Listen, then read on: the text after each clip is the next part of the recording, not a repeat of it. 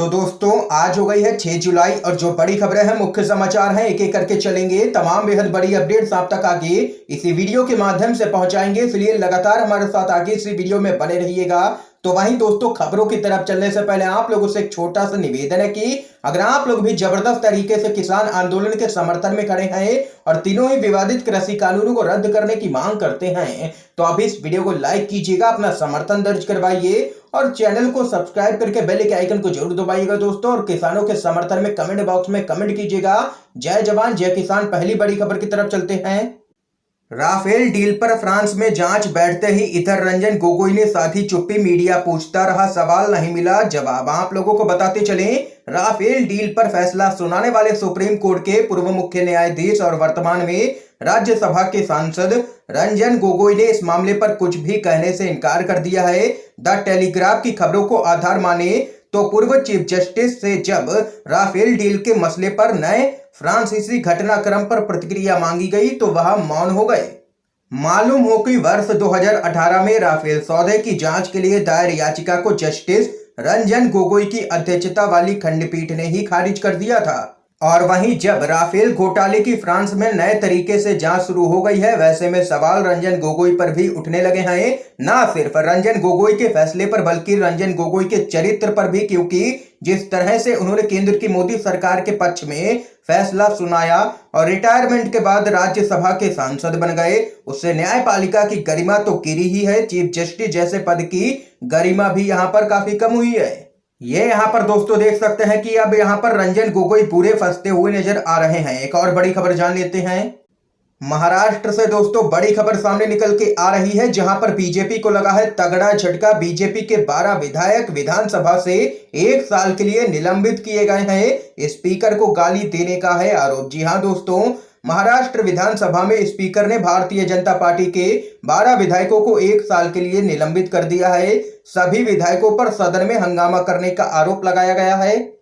और वहीं महाराष्ट्र विधानसभा पीठासीन अधिकारी ने कहा है कि फडणवीस समेत बीजेपी नेताओं ने दी गंदी गंदी गालियां, हमला करने की है कोशिश। आप लोगों को बताते चले आगे, महाराष्ट्र विधानसभा पीठासीन अधिकारी भास्कर जाधव ने कहा है कि मैंने 10 मिनट के ब्रेक की घोषणा की और स्पीकर के कक्ष में गया। फडणवीस और अन्य बीजेपी नेता आए, मुझे गालियां दी, उन्होंने मुझ पर हमला करने की कोशिश की, जिसके बाद उन्हें सस्पेंड किया गया है।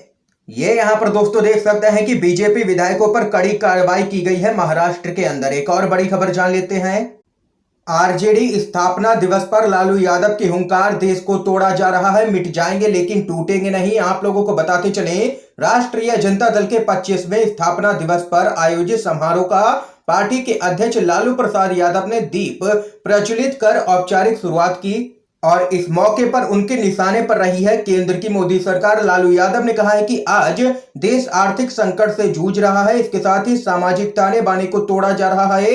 अयोध्या के बाद मथुरा का नारा दिया जा रहा है। क्या चाहते हैं देश में? सत्ता के लिए देश को तोड़ा जा रहा है। सामाजिक ताना बाना को मजबूत रखने के लिए आरजेडी कार्यकर्ता लगातार काम करें। केंद्र और बिहार सरकार पर निशाना साधते हुए लालू प्रसाद यादव ने कहा है कि कोरोना के साथ महंगाई, बेरोजगारी ने लोगों की कमर तोड़ करके रख दी है। जहाज रेल को औने पौने दाम में बेचा जा रहा है। इतनी गरीबी, इतनी महंगाई अगर हमारी सरकार में होती तो लोग चलना दूभर कर देते, लेकिन आज कोई भी सुनवाई नहीं है। इसका असर गरीबों पर ही पड़ रहा है। लालू प्रसाद यादव ने कहा है कि हम पीछे हटने वाले नहीं हैं। और वहीं लालू प्रसाद यादव ने कहा है कि महंगाई और बेरोजगारी के साथ कोरोना के कारण देश कई साल यहाँ पर पीछे चला गया है और जिसका अगर कोई जिम्मेदार है तो यहाँ पर केंद्र में बैठी मोदी सरकार है। ये यहाँ पर जबरदस्त हमला बोला है केंद्र की बीजेपी सरकार और राज्य की नीतीश सरकार पर लालू यादव ने। एक और बड़ी खबर जान लेते हैं। भारत में अगले महीने ही आ सकती है कोरोना की तीसरी लहर, सितंबर में होगी अपने चरम पर। एसबीआई रिपोर्ट में बड़ा खुलासा, भारत में कोरोना की दूसरी लहर थम जरूर गई है लेकिन तीसरी लहर जल्द ही आने वाली है। एसबीआई ने अपनी रिपोर्ट में कहा है कि कोरोना वायरस की तीसरी लहर अगले महीने अगस्त में भारत में आ जाएगी और सितंबर तक अपने चरम पर होगी। रिसर्च के बाद एसबीआई ने अपनी रिपोर्ट में कहा है कि 21 अगस्त के बाद से कोविड-19 की तीसरी लहर देश भर में बढ़ने लगेगी।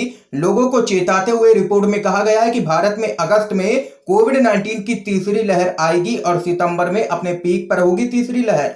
रिपोर्ट में यह भी कहा गया है कि भारत में जुलाई के दूसरे सप्ताह में 10,000 केसों की बढ़ोतरी होगी।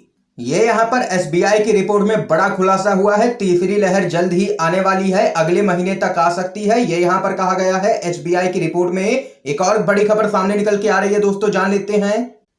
मोहन भागवत के बयान पर भड़की है मायावती, कहा मुंह में राम बगल में छुरी है। आरएसएस प्रमुख का बयान। आरएसएस के प्रमुख मोहन भागवत के द्वारा दिए गए बयान पर राजनीतिक घमासान शुरू हो गया है। बीएसपी की प्रमुख मायावती ने भी उनके बयान पर टिप्पणी की है। मायावती ने कहा है कि मोहन भागवत का बयान मुंह में राम बगल में छुरी जैसा है। मायावती ने कहा है कि केंद्र और उत्तर प्रदेश सहित देश के जिन राज्यों में भाजपा की सरकारें चल रही हैं, वे भारतीय संविधान की सही मानवतावादी मंशा के मुताबिक चलने के बजाय ज्यादातर आरएसएस के संकीर्ण एजेंडे पर ही चल रही हैं। ये आम चर्चा है। उन्होंने आगे कहा है कि आरएसएस प्रमुख मोहन भागवत के एक कार्यक्रम में भारत में सभी धर्मों के लोगों का डीएनए एक होने की बात किसी के भी गले के नीचे आसानी से उतरने वाली नहीं है। आरएसएस और बीजेपी एंड कंपनी के लोगों तथा इनकी सरकारों की कथनी व करनी में अंतर सभी ने देखा है। ये यहाँ पर मायावती ने जोरदार हमला किया है मोहन भागवत पर। इससे पहले आरएसएस को यहाँ पर निशाने पर लिया था असदुद्दीन ओवैसी ने। एक और अपडेट आ रही है सामने।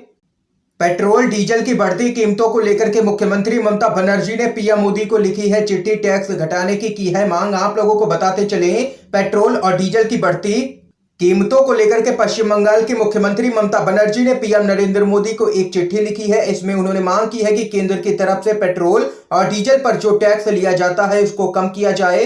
इसके साथ ही मुख्यमंत्री ममता बनर्जी ने पीएम मोदी से अपील की है कि देश में महंगाई का जो ट्रेंड है उसको देखें। सीएम ममता ने अपने खत में लिखा है कि देश के कई राज्यों में पेट्रोल की कीमत 100 के आंकड़े को पार कर चुकी है और इस बढ़ोतरी से यहाँ पर आम जनता काफी परेशान है। इसलिए यहाँ पर मोदी सरकार की तरफ से टैक्स को कम किया जाए, यह यहाँ पर ममता बनर्जी ने मांग कर दी है। एक और बड़ी खबर सामने निकल के आ रही है दोस्तों। सुप्रीम कोर्ट में बीजेपी को लगा है तगड़ा झटका। सुप्रीम कोर्ट ने कांग्रेस की कथित टूल किट याचिका पर विचार करने से ही कर दिया है इनकार। बोली अगर अच्छा ना लगे तो इग्नोर करें। आप लोगों को बताते चले, सुप्रीम कोर्ट ने भारतीय जनता पार्टी के इस दावे की राष्ट्रीय जांच एजेंसी यानी कि एनआईए से जांच कराने की मांग वाली याचिका पर विचार करने से ही इनकार कर दिया है, जिसमें आरोप लगाया गया था कि कांग्रेस ने देश की छवि खराब करने के लिए एक टूल किट बनाया है। आप लोगों को बताते चले। और वहीं सुप्रीम कोर्ट के जस्टिस डीवाई चंद्रचूड़ ने यह कहा है कि इस तरह के उपकरण राजनीतिक प्रचार का हिस्सा हैं और याचिकाकर्ता उन्हें पसंद नहीं आने पर उनकी उपेक्षा कर सकता है। कोर्ट ने कहा है कि यदि आपको टूल किट पसंद नहीं है तो टूल किट पर ध्यान न दें। यह राजनीतिक प्रचार का एक हिस्सा है। यदि आप इसे पसंद नहीं करते हैं तो इसे अनदेखा करें। हमारा देश लोकतांत्रिक देश है। यह यहाँ पर कड़ी टिप्पणी कर दी है सुप्रीम कोर्ट ने और बीजेपी की याचिका को यहाँ पर खारिज कर दिया है और झटका दिया है। एक और खबर जान लेते हैं।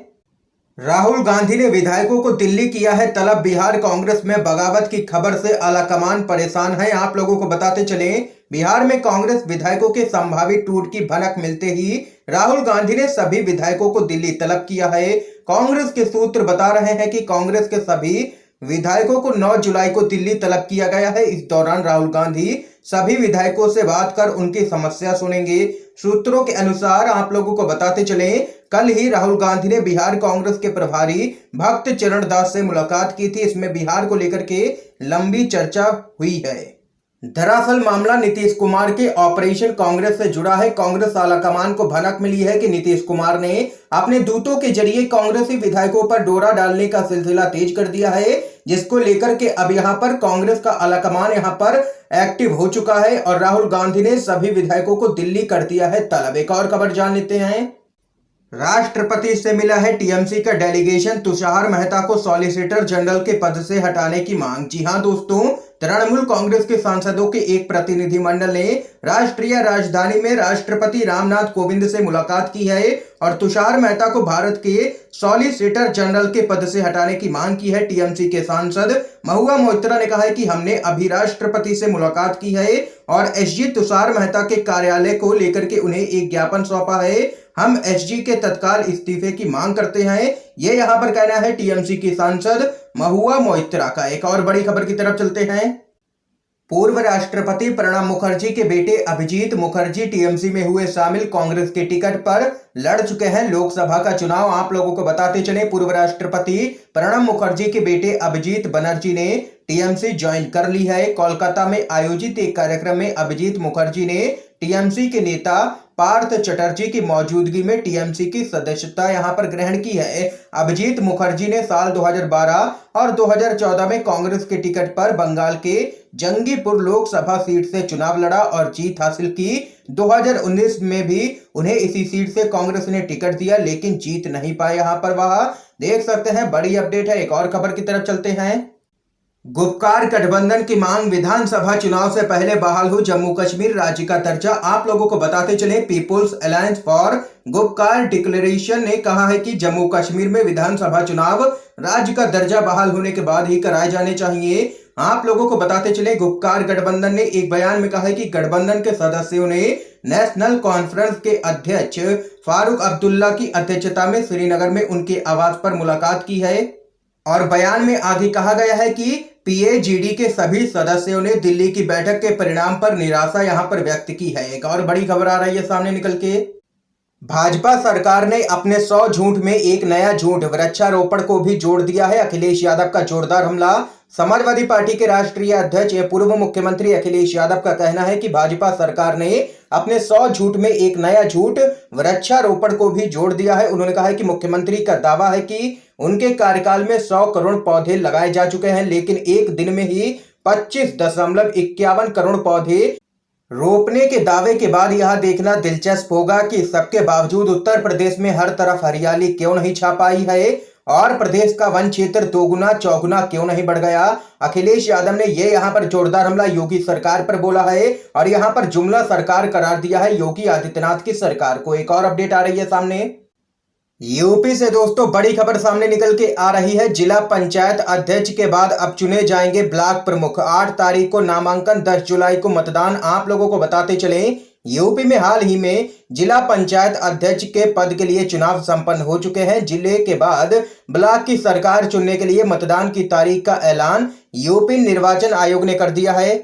ब्लॉक प्रमुख के लिए 10 जुलाई को वोट डाले जाएंगे। 10 जुलाई को ही वोटों की गिनती भी की जाएगी और उसी दिन परिणाम की घोषणा भी कर दी जाएगी। यूपी राज्य निर्वाचन आयोग ने इसके लिए अधिसूचना भी जारी कर दी है। एक और खबर जान लेते हैं। सीबीएसई ने 10वीं और 12वीं के बोर्ड के लिए नई स्कीम का किया है ऐलान। साल में 2 बार होगी परीक्षाएं। आप लोगों को बताते चलें, सीबीएसई ने शैक्षणिक वर्ष 2021-22 के लिए नई स्कीम की घोषणा की है। 10वीं और 12वीं के बोर्ड के लिए इस शैक्षणिक वर्ष को 2 भागों में बांटा गया है। प्रथम सत्र का एग्जाम नवंबर-दिसंबर महीने में होगा, जबकि दूसरे सत्र की परीक्षा मार्च-अप्रैल में करवाई जाएगी। कोरोना महामारी में सीबीएसई ने परीक्षाओं को सुनिश्चित कराने का लक्ष्य रखा है। मालूम हो कि पिछले साल शुरू हुई कोरोना महामारी ने सीबीएसई समेत विभिन्न बोर्ड्स की परीक्षाओं पर काफी असर डाला है। कई परीक्षाओं को रद्द तक करना पड़ा है। ये यहाँ पर आज की तमाम बेहद बड़ी खबरें थी दोस्तों, जो हमने आप लोगों तक पहुंचाई हैं। अगर आप लोगों को ये वीडियो पसंद आए हो तो लाइक कीजिएगा, ज्यादा से ज्यादा इस वीडियो को शेयर कीजिएगा, चैनल को सब्सक्राइब करके बेल के आइकन को जरूर दबाइए। आप सभी का वीडियो देखने के लिए दोस्तों बहुत बहुत धन्यवाद। जय हिंद, जय भारत।